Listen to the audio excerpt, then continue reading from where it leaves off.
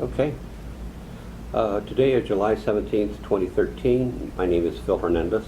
I'm interviewing Euvaldo Valdez, my compadre. He is a longtime resident of Boulder County, and this interview is being recorded for the Latino History Project and the Maria Roger Oral History Project. The interview is being filmed by Veronica Lamas and Daisy De Luna. Okay, shall we go ahead and start? Okay. Mr.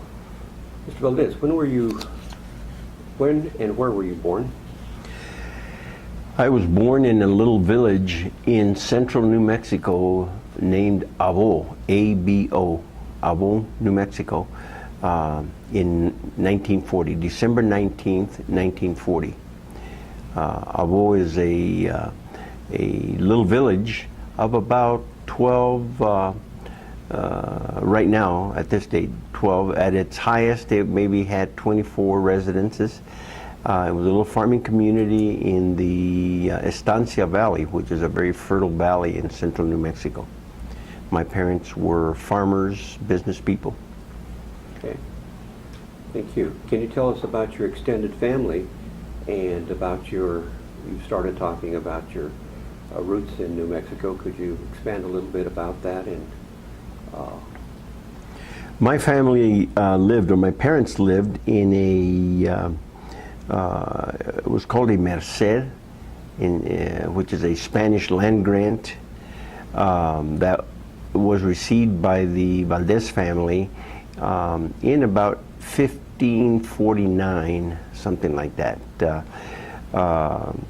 A merced was a grant of land that was given by the King of Spain to families that would be willing to come from Europe, from Spain, into central New Mexico. And most of them would come in through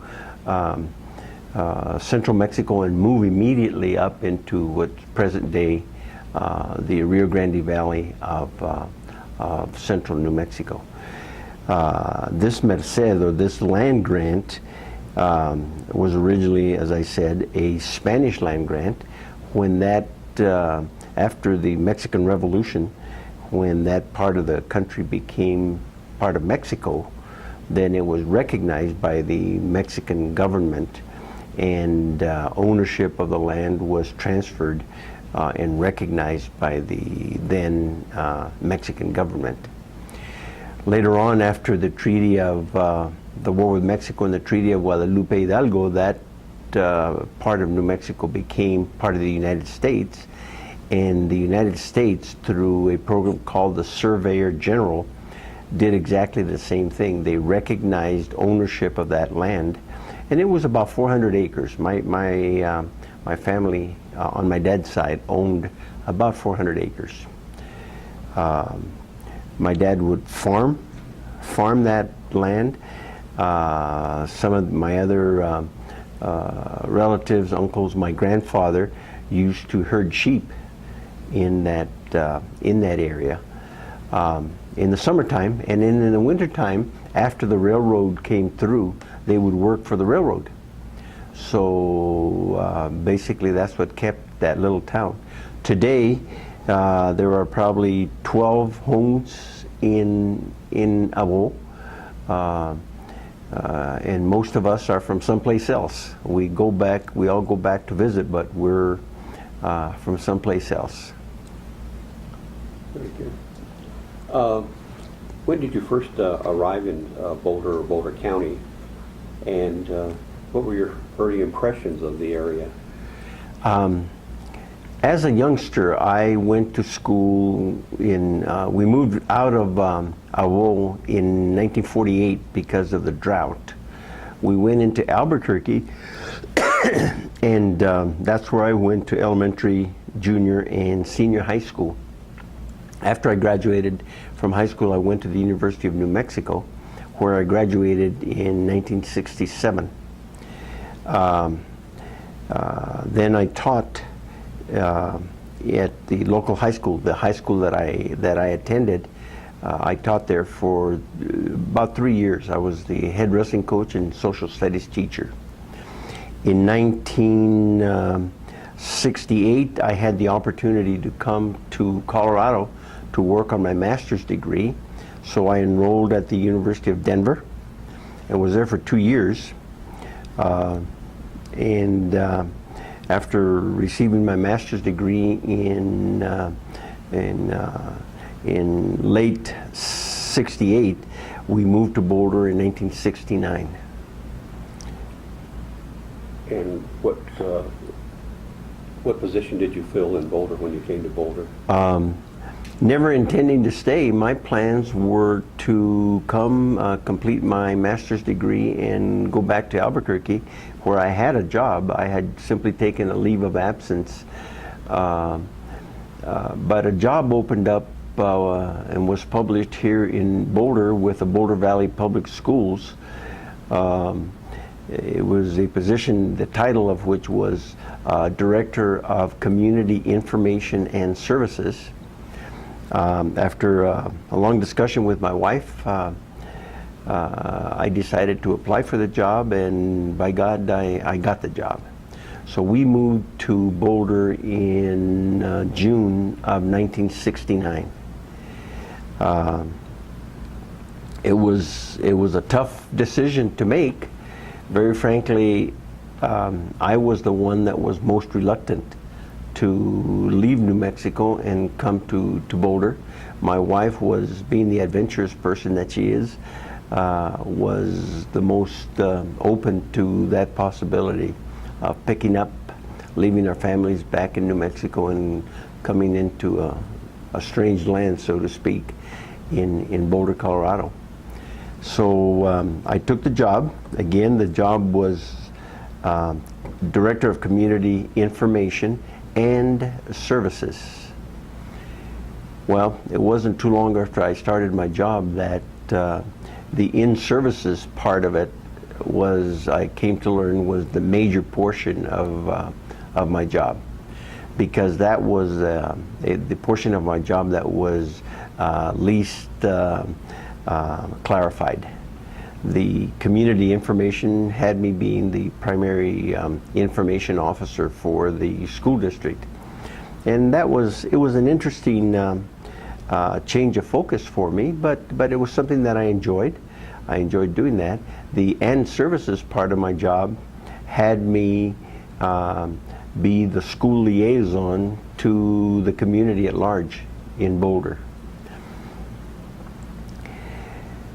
One of the things that I soon found out, being the, at that point, the only Hispanic administrator in the Boulder Valley School District, although later that summer, the summer of 1969, they did hire a couple of other elementary school principals, so which was the objective that the district had set out for itself, and that was to increase the number of minority administrators in the district.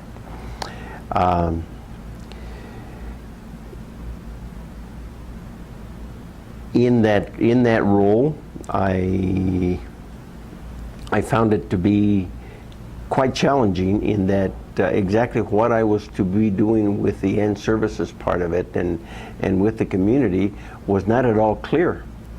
So as I went about, I made it a point to go around the neighborhood, around the community, and talking to what I began to identify as key members of each of the ethnic minorities in Boulder, and of course then also the white population, to see what it was that they felt was a deficiency in the services of the school district. And in doing so, I began to meet some very, very interesting people. Some people that were in fact very vocal, people that I thought had a story to tell and a goal to accomplish on behalf of their children. So it was rather easy for me to simply bring them in, organize their efforts, and begin a whole series of programs that with the intent of bringing about a more active involvement on the part of the community minority groups in the affairs of the school district. And very frankly, that's what I enjoyed very much doing that. I think that to a very large degree we were successful in that we were able to convince the powers that be within the school district that the minority groups in Boulder had as much to say and interest and desire to make the school district serve their children as all of the other parents in the school district. Thank you. What were your early impressions of the Chicano community in Boulder? Well, like all of the other groups in Boulder, I thought, first of all, the fact that we had left a community in Albuquerque where the Hispanic community was the majority group. So we very much missed that. Although both my wife and I have always been able to circulate in the majority community in the same way that we do among the minority community, we still would we would look for little brown faces all over town, and in fact we found them. That became sort of a focal point for me, in that the story that I was getting from the powers that be in the school administration was that the Hispanic community wasn't willing to participate in the affairs of the schools. Well, I found that the contrary was true, and that was that they very much wanted to, they just were never given the opportunity to do so. So I can relate with a smile on my face that oftentimes we'd be at church, and after church during the liturgy of the donut downstairs, we would see a little brown face, and we would go over to the table where the little brown faces were and introduce ourselves. So in that way, we became very much a part of the community, I believe. And the community was very open to us. They were very cordial. They were very open to new people coming in and being a part of their community. Among the Anglo community, I found some real challenges. Although Boulder professed to be a somewhat liberal community, I did find that on the part of the majority community that there was a lot of second guessing about decisions that I had the responsibility of making. And by that I mean situations about press releases and what went out in those press releases, situations about in-service education programs for teachers, for school board members, for administrators, were weak, if they existed at all. As a result of that, if I, in my position, saw that if the district was going to make any inroads towards equity for all community members in the affairs of the schools, they really needed to think outside the box and create opportunities for minority groups to become involved, and not only on a superficial level, but actually become parts of the budget design committee, the curriculum design committee, the management groups for the athletic programs, et cetera, et cetera. And not that I did it, but I was able to convince some of the leadership in the district that it was to their benefit to reach out and include all community members in the affairs of the schools. So I spent about 4 years in that position, and I think I was, to a very large degree, successful in accomplishing the goals of the position.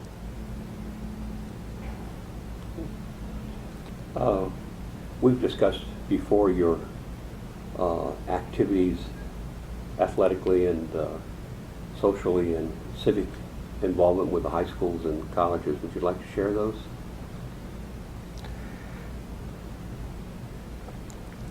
My mom, my mom would describe me as being a metiche, meaning that I was involved in everything. Everything that happened in my neighborhood, everything that happened at my school, everything that happened in my community, I either had an opinion or I was right in the middle of a lot of that. I need to say that my mom's opinion of me was very important to me. So I listened to her. And as far as I can remember, as long as I can remember my involvement in community affairs and in the affairs of any organization that I belonged to, I did it with gusto. I enjoyed doing that, and I think history will prove that I was constantly involved in those kinds of things. For me, it's a very, as I analyze it and as I look into it, it was a very, very satisfying role for me to play, because whereas I was able to assume leadership roles in many of the things that I did, I never did it. I never set out with the intent of being a leader in any one of the organizations that I was involved in. I was just active. It was part of my character to never sit in the back of the bus, so to speak. I was always involved in the activities of my peer groups in our high school. And I have many anecdotes that I can relate to illustrate how those things came about. But at the same time, while I did that, I was able to also be a part of the gang, so to speak, a part of the group in my community. I had, and to this day, I have friends that were my friends when I was in junior high school back in New Mexico. I go back to New Mexico, and they're all old goats the way I am now, and we visit with each other and we reminisce and remember the things that we used to get into, for the most part messes that we used to make, and just have a good laugh over it and enjoy each other's company. That just was me. I know that during the time that I was in high school, I would always, and the way I describe it is that I would tell myself the big lie, and that was, I'm going to college. When I get out of high school, I am going to college. And later on I realized that that was a big lie, because I never did anything about it. Academics came easy for me. I don't recall that anybody ever had to push me to do what I needed to do in my academic work. I simply did it, and brought, by example or just by association, several of my friends along with me in those pursuits. I don't recall that I ever sat down with a counselor and the counselor advising me that I should do anything academically in order to meet the requirements of the school. I simply knew they were there and I did them.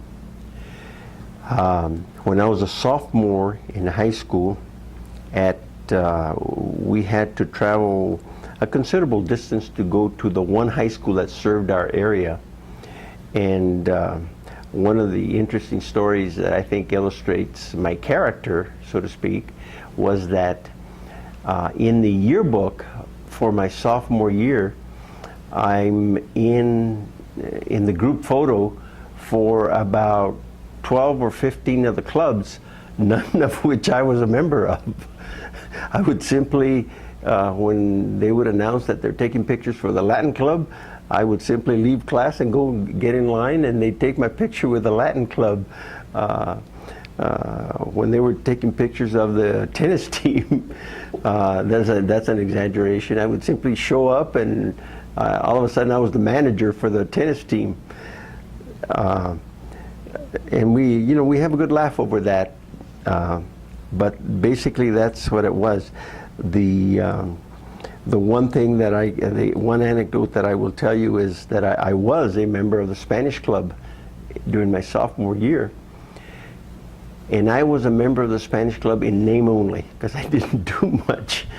One day the sponsor for the Spanish club said, we're having a play, we're putting a play together and I want you to be in it. So I showed up for a rehearsal and I got the part. And the part that I had was, Señora, señora, el timbre suena. Ma'am, the bell is ringing. And that was it. That was the extent of my script for the play. But it went well. It was a long Spanish play, and after it was over, everybody clapped, and I went out there and I bowed and did my part. Again, I think that illustrates the fact that I didn't take life too seriously, but serious enough. When about that year, towards the end of my sophomore year, that was 1959, they built a new high school in our community, in our part of town. So I got to to attend a brand new high school as a junior in high school, the 11th grade. And one day they put an announcement out that they needed anybody who was interested in being on the newspaper staff, they should attend a meeting. So I went and attended a meeting, and I wound up being the sports editor for the newspaper. It was a position that I enjoyed. I could write. And why I could write, I don't remember that it was because I necessarily sat down and studied how to write. I simply could write. And I used to mimic the regular newspapers and how they wrote their articles, and I used to write articles for the sports page. So I was the sports editor. That was the junior year in high school. Being a new high school, I played football and I wrestled. I was 136 pounds, so I wasn't much of a football player, but at 136 pounds, I could be a very good wrestler, and I was. So with that behind me, I went into my senior year and was quite successful as a wrestler on the high school wrestling team. As a result of that, again, after finally deciding that in order for me to go to college, there were certain things that were expected of me that I hadn't been doing, such as taking my SATs, such as taking the ACT exam, such as filling out the application, scheduling an interview, and those kinds of things. Had it not been for one of my English teachers who, well, I take it back, it was an English teacher at the high school who took an interest in me, who one day said, I'm not going to work today, I'm going to take you, you come, I'm going to put you in my car and I'm going to take you up to the university and I'm going to make sure that you take those tests, I'm going to make sure that you apply for some scholarships. That I did.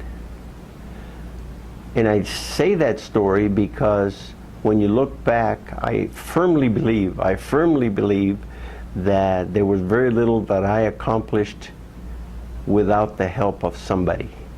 And to this day, one of the things that I taught my kids, my own children, was that you always look back and you recognize those individuals in your life who one way or another helped you become who you are. Whether that's a family member, whether that's your parents, your grandparents, your teachers, the guy next door. I firmly believe that we're a community and you learn from each other, and when people do certain things for you, you return that favor. Very good.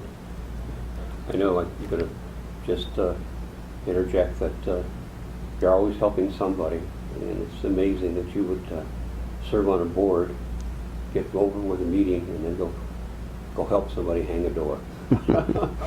That's you.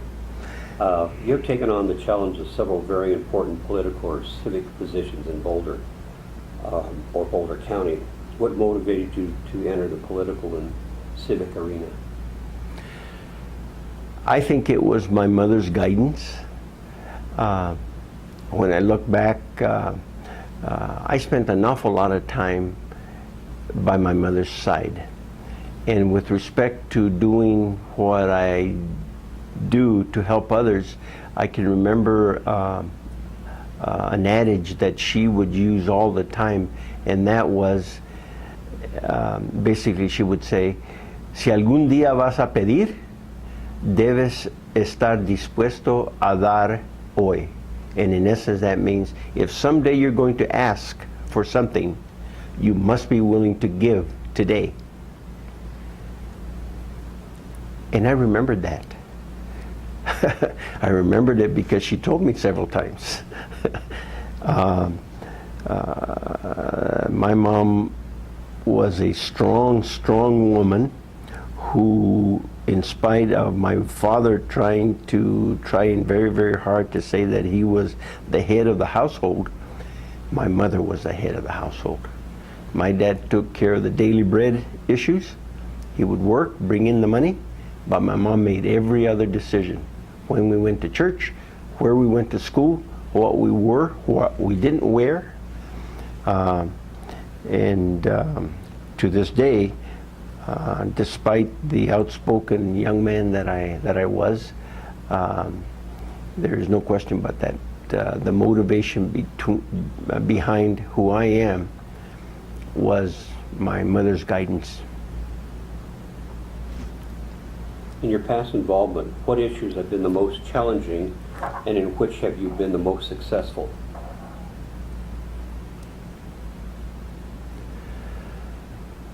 I think the issue of inclusion, without using any of the coined phrases, is something that I hold dear to my heart.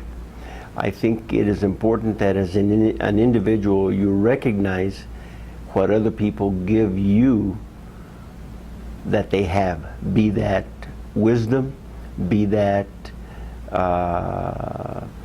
help with how you dress, be that how you behave in public places. Those are all gifts that people give you, in most cases without ever intending to. But I've always felt that it was important to give credit to other people for being very much a part of your life, and I tried to do that. So following the adage that my mom used to use, that you give before you ask, leads me to participate in things in the community that I can give to the community before I'm required to ask. By the grace of God, I can truthfully say that there is very little that I ask for the community in terms of something concrete, but in reality, there's an awful lot that I ask from the community. Very good. What civic, political, and or social organizations are you currently involved with? Well, my church, certainly. My wife and I, we're practicing Catholics. I wish I could say that I'm a very good Catholic. I don't think I am, but I am a practicing Catholic. That's something that's very central to our lives. In terms of politics, I am a member of the Democratic Party. Although I take exception with many of the things that my own party does, I still support them by my presence. I firmly believe that if you're going, the first thing you need to do if you're going to accomplish anything is to show up. And I make it a point to show up when issues come before the community and before my party that need attention and need resolution.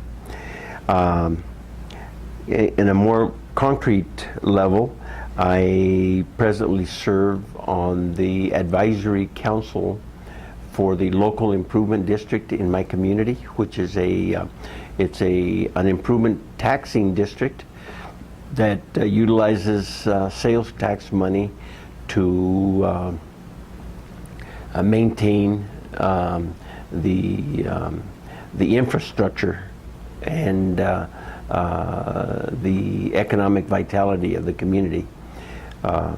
This is I live in Niwot, Colorado, which is a non-incorporated community. It's part of Boulder County, so Boulder County, the Boulder County Commissioners are our governing body. In that position, then, I'm involved in determining or advising the Boulder County Commissioners as to where the expenditures from that sales tax are to be spent. What issues, in your opinion? Hang on. More recently, I have been involved as the primary author of a petition or a request to the city of Boulder to rename one of its parks in honor of a lady, an Hispanic lady who has been for several decades involved in the affairs of the community, but by agreement in the Hispanic community has never really been recognized for her efforts. And that is that we have recently submitted a request to the city of Boulder that they rename Canyon Park, which is a small park on Canyon Boulevard in Boulder, in honor of Emma Martinez. Emma Martinez was a lady who came to Boulder about, I would say, in the early 50s. She was a very energetic lady, and soon after her arrival, she received the support of the community and became sort of the go-to person and the spokesperson for the Hispanic community in Boulder. She was involved in many issues in Boulder proper, where she would carry or take the concerns of the Hispanic community before the powers that be, whether that was the county commissioners, the city council, the church council, you name it, and she would always be asked by the community members to carry their message to the powers that be. What Emma Martinez is known for is that she was an employee of the President Johnson's War on Poverty, an organization called the Economic opportunity, the Office of Economic Opportunity. She started just as a community outreach person, but soon became chairman of their board, and in that position was able to bring into Boulder a considerable number of employment training programs whereby they would recruit individuals from the community, and in this case it was individuals from primarily from the minority groups, although it included majority group individuals who were poor people, who did not have a saleable skill, so to speak, and to train them and then place them with employers, government agencies, private employers in the Boulder community to begin earning a livable salary. Over the years, this lady became an individual who had a vision, and that vision was that in terms of a place where the young children could safely play was very lacking in Boulder. The few parks that existed didn't have playground equipment. They were simply parks, green grass parks. She took it upon herself to approach the city of Boulder that they place recreation equipment in several of the parks. The Office of Economic Opportunity, which was the office that she worked in, was located in an area that was at one time owned by the university. The University of Colorado had Quonset huts, little old army barracks, so to speak, where the married student housing, married veterans who were now students lived. Well, over the years, that program came and went, and as it left the university, the Quonsets were there and they were vacant. So she convinced the city of Boulder to purchase that property and create office space for the Office of Economic Opportunity and others.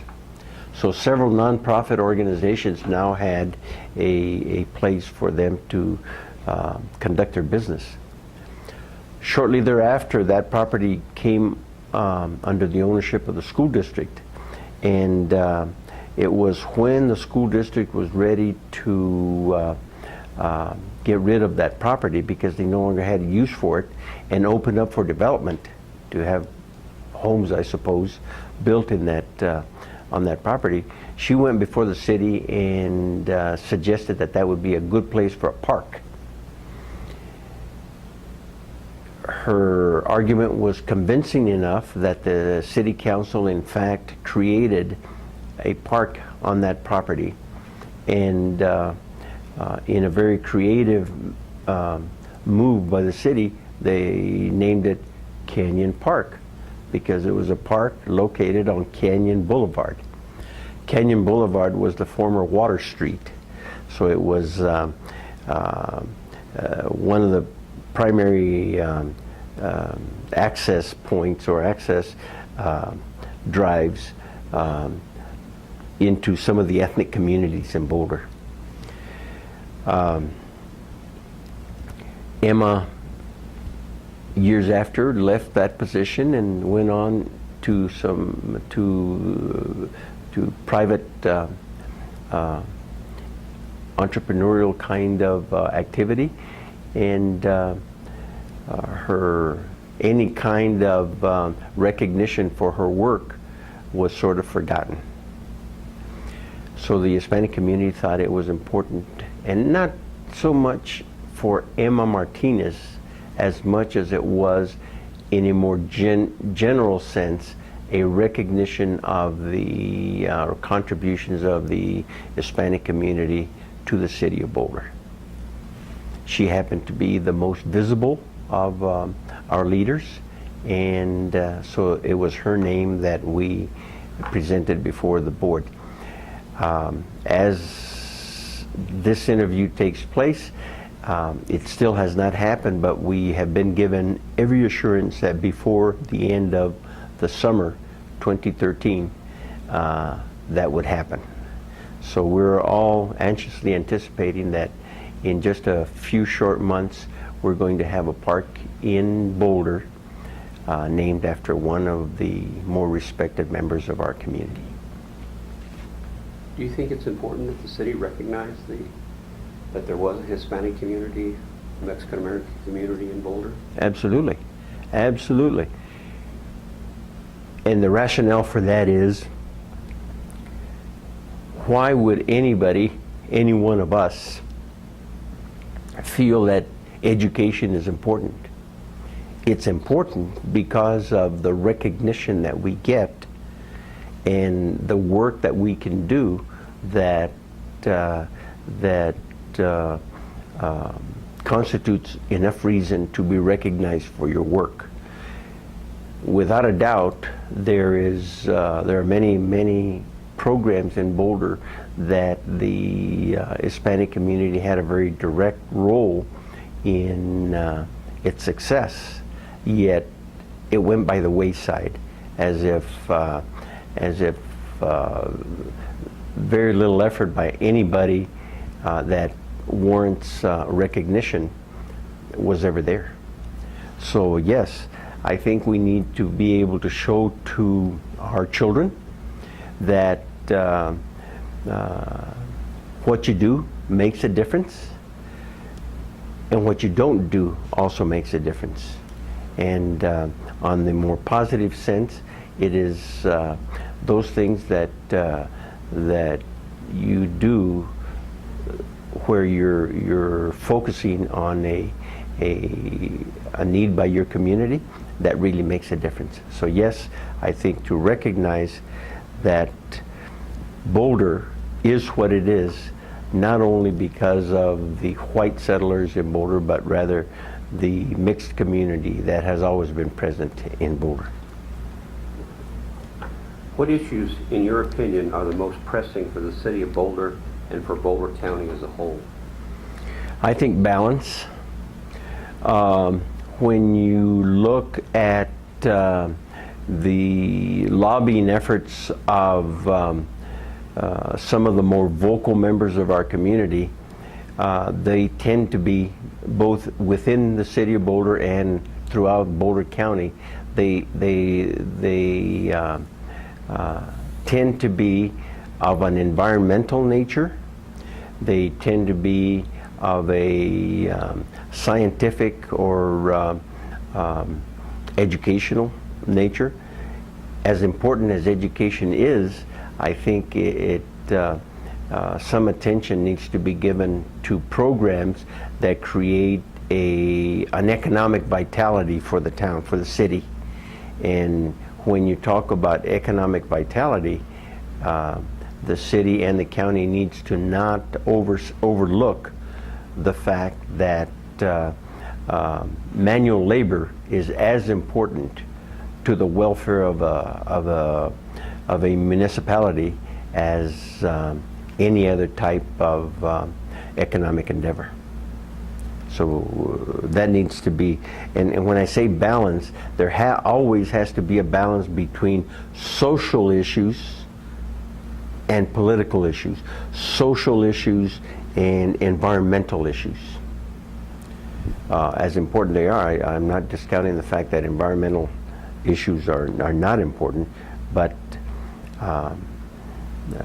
with a little more forethought and a little better planning, you can create programs that create jobs for people, create housing, appropriate housing for people, while salvaging the need to also protect our resources.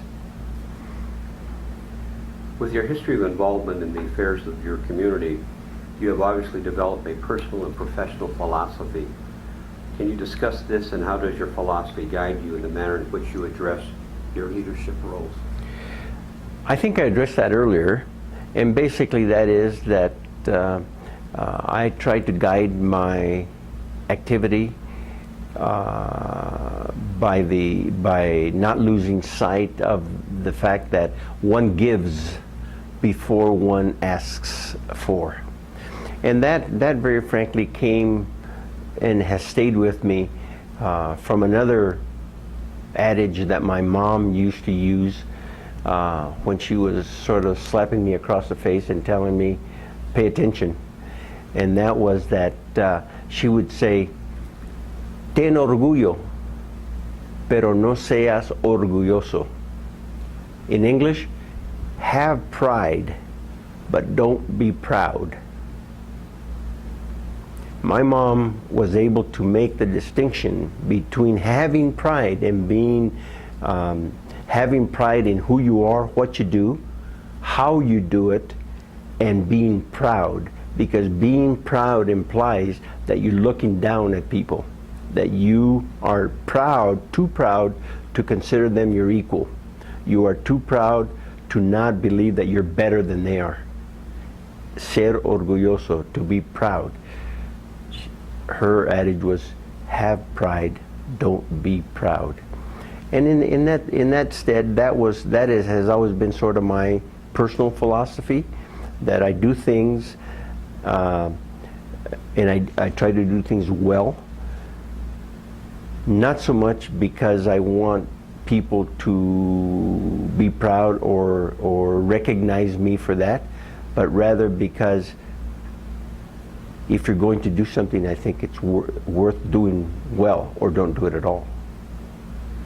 And when you do that, don't lose sight of the fact that in most cases, those are not things that you were able to do by yourself. There is always someone there holding your hand, leading you, guiding you, helping you along. Thus the responsibility of helping somebody along as they address their goals. What issues continue to be of interest to you, and how do you intend to address these issues in the near future? Our young people. I think education of our youngsters, guidance of our youngsters, helping young students recognize that they will be the leaders of our country. They will be the persons to whom we will now look to make sure that those things that we started, or that somebody else before us started and we carried through, that they now have to pick up and maintain a quality of life for all of us. And that they in turn recognize that it is important that they recognize and acknowledge the efforts of their community. So to bring our youngsters along and assist them in reaching their goals, I think is one of my primary concerns right now. As